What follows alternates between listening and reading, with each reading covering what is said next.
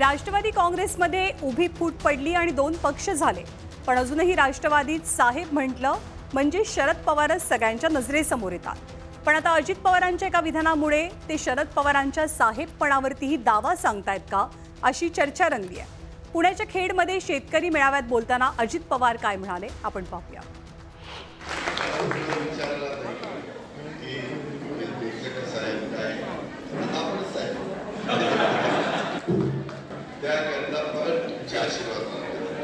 मी तुमच्या विश्वासाला कुठं तडा जाऊन देणार नाही। मी तुम्हाला अंतर पण कधी करू देणार नाही। मी शब्दाचा पक्का आहे। मी आज 30-32 वर्ष या जिल्ह्याच्या समाजकारणात राजकारणात लक्ष देत असतो।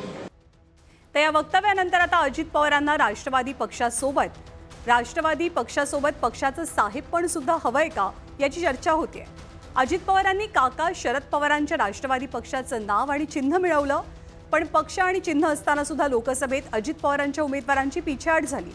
ज्या बारामतीनं अजित पवारांना तब्बल 32 वर्ष साथ दिली, त्याच बारामतीत अजित पवारांच्या पत्नी सुनेत्रा पवारांचा पराभव झाला। तर राष्ट्रवादीचे साहेब अर्थात शरद पवारांच्या रणनीतीनं अजित पवारांना धोबी पछाड दिला। लोकसभेनंतर बारामतीच्या कार्यकर्त्यांनी पवारांना भेटून बारामतीचा दादा बदला अशी मागणी सुद्धा केली होती। आता अजितदादांनी आपणच साहेब असल्याचं म्हटल्यावर खासदार अमोल कोल्हेंनी महाराष्ट्रात खरे साहेब कोण हे सांगत अजित पवारांना टोलेही लगावलेत।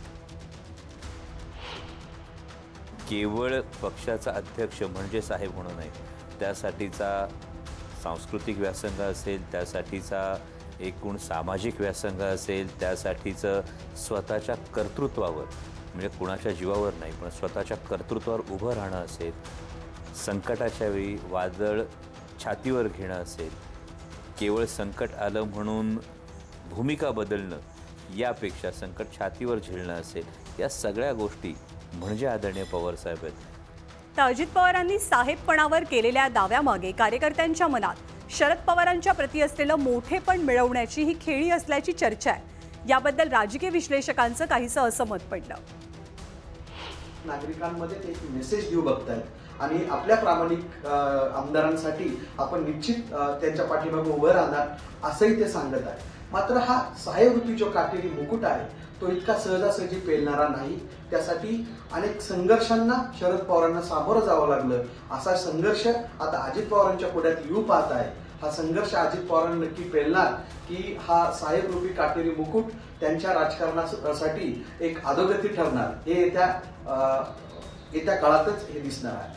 तर लोकसभेनंतर शरद पवारांनी पुन्हा एकदा बारामतीमध्ये अजित पवारांना घेरण्याची तयारी केलेली आहे। अजित पवारांचे पुतणे युगेंद्र पवारांना पुढे करत बारामतीतनं उमेदवारी देण्याच्या हालचाली सुरू झाल्या।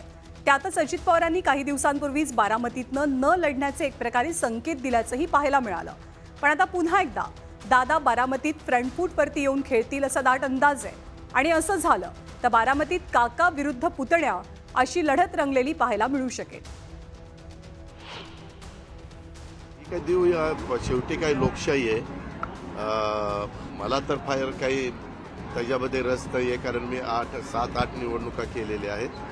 त्याच्या संदर्भामध्ये जर आमच्या जनतेचा तसा कल असेल कार्यकर्त्यांचा तर पार्लमेंटरी बोर्डामध्ये जरूर तोही विचार केला जाईल।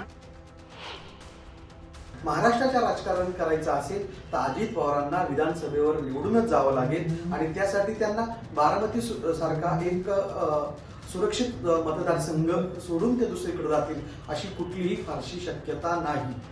त्यामुळं जय पवारांचं नाव या ठिकाणी जे घेतलं गेलं ते केवळ या ठिकाणी एक सहानुभूतीची लाट निर्माण करण्याचा अजित पवार गटाचा प्रयत्न होता। तर अजित पवारांनी भाजपसोबत हातमिळवणी करत शरद पवारांचा राष्ट्रवादी पक्ष आणि घड्याळ चिन्ह सुद्धा मिळवलं। पण राष्ट्रवादी पक्ष मिळवूनही अजित पवारांचं मोठेपण त्यांना काही मिळवता आलं नसावं। त्यामुळेच की काय आता अजित पवारांना दादाऐवजी अजित पवार साहेब म्हणून घेणं जास्त सोयीस्कर वाटतंय। दादांच्या साहेबपणाचा त्यांच्या राष्ट्रवादी काँग्रेस पक्षाला किती फायदा मिळतो हे पाहणं महत्त्वाचं असेल।